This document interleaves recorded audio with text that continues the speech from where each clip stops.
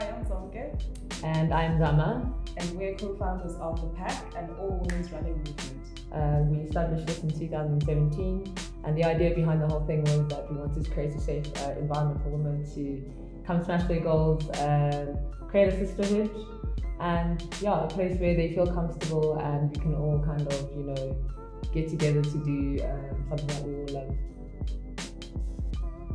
What does love mean to me? Can I go first? Yeah. For me, I think love it's an act that is consistent, it's considerate. It's about showing up, I think, more than anything for me. I think it has no boundaries. And I have experienced the best version of it through my sisters and my family. I think there is no love like the love that I've received from those people in my life. Love is to me about connection. It's not something that's tangible. You can't explain it. You don't know what it is, but there's something that binds you to the next person, whether it is blood or whether it is just life experiences or an affinity to one another. I think that's what it is because it's not always great and merry and rosy, but even through the difficult times, I think the love is what kind of keeps the bond there. And even when that person's no longer in your life, I don't think the love actually dies out. So it's something that you can't explain, but a connection, a bond, something deeper. I think for me, from a romantic level, it was when I was 18, and I think that was my first boyfriend.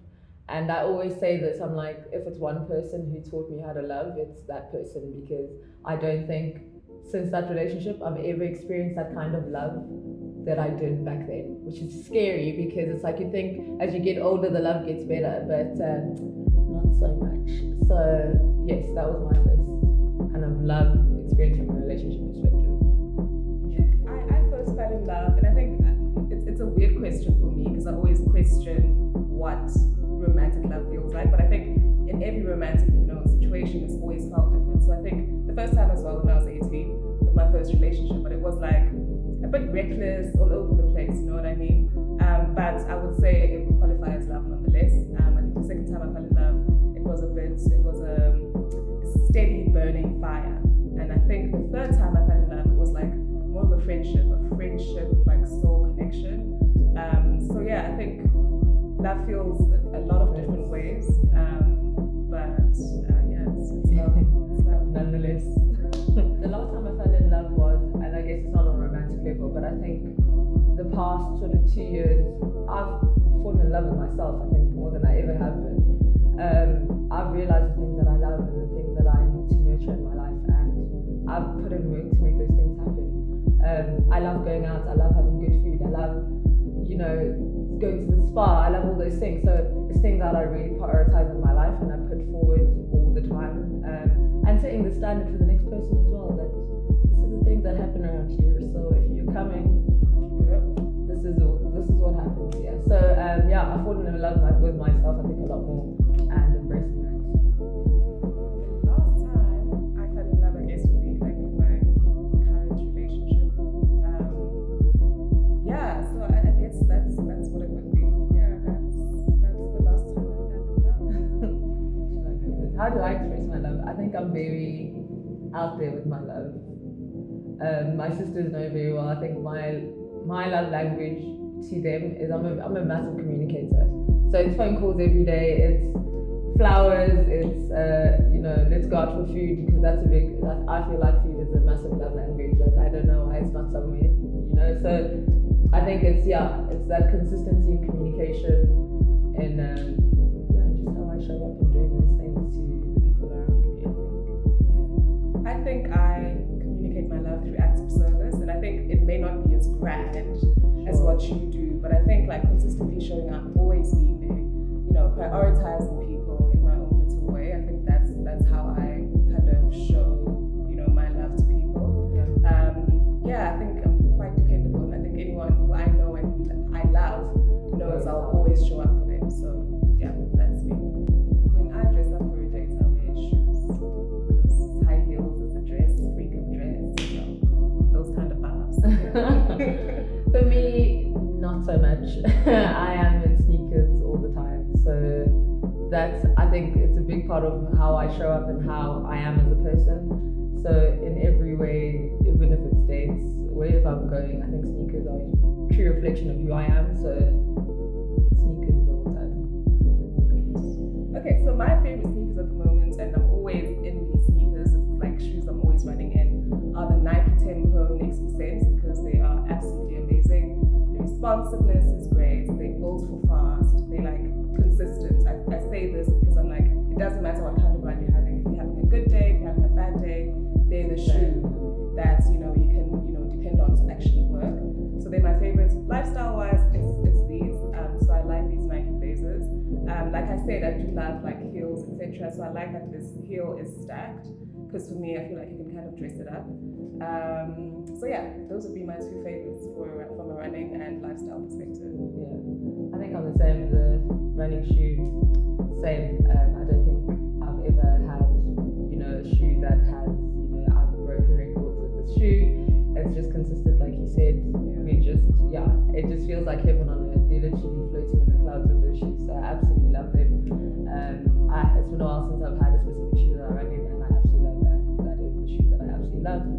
From a normal sort of lifestyle perspective, I think my patas are the shoes that I am absolutely in love with at the moment. I think they're great. It's a great colorway for the summer. I've thoroughly enjoyed rocking my blues and jeans and dresses. It all just looks great in the shoes. And I'm a massive fan of both Nike and Pata. So for me, these are the shoes that are my number one in my rotation at the moment. So I base my sneakers on the fit. I always think outfit first, and then anything that can complement the outfit. So that's how I build my look. Yeah. For me, it depends what kind of day I'm having. So some days I'm just like, oh, there's a specific outfit that I want to wear. What shoes are gonna go with it? Some days I'm like, I want to wear these shoes. What outfits are gonna go with these shoes? What outfit's gonna go with these shoes? So it depends on what day it is. But Oh, the last time I bought a pair of sneakers was the Nike Next Percent Vaporfly 2s. Absolutely beautiful colorways. The liquid colorway, white, pink, and orange. An absolute dream. I love those sneakers. For me, when was the last pair of sneakers I bought were the Nike Dance Undefeated, triple black. So those were a good buy. I'm still yet to wear them. I've not worn them yet. I'm looking for the right day. Sometimes it's just like the right day will come when you want to wear these sneakers. So that was the last purchase, and I'm keen to rock them very soon. For me, it's the Nike Sapphire LD Waffle. Those shoes are, for me, there's nothing that shoe doesn't go with.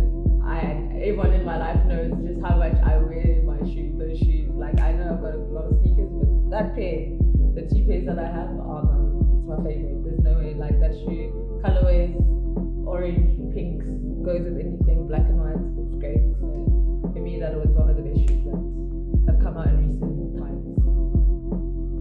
I'm gonna be boring. Okay, the shoes that I would wear every day for the rest of my life, and I'm gonna be boring. It would be these shoes because the color works with like any outfit. I love how they fit.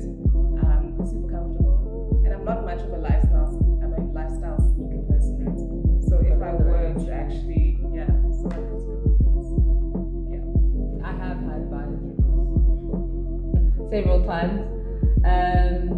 It happens. Sometimes you're just like, oh my gosh, everyone's buying the shoe, let's go. And then you get home and you're like, maybe not so much.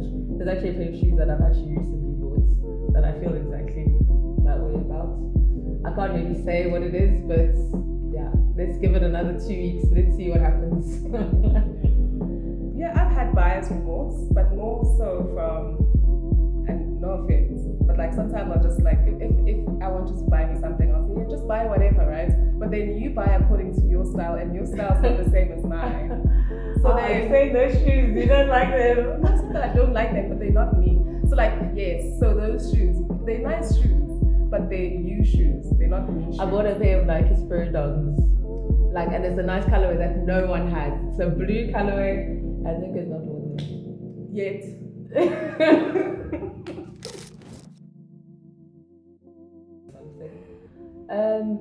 I don't know. I would say sneakerhead.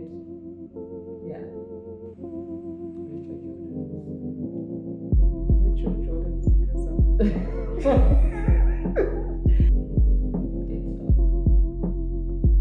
stock.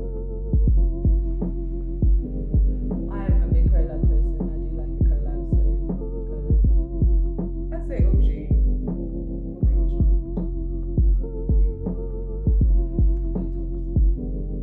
Low tops. Triple white.